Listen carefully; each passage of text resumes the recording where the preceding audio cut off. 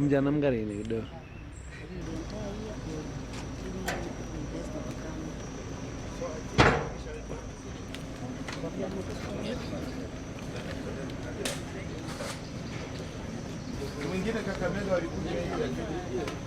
Zikipokelewa katika stores zetu, kuna utaratibu ambao tutatumia kupeana kwa wananchi ambao hawajiwezi katika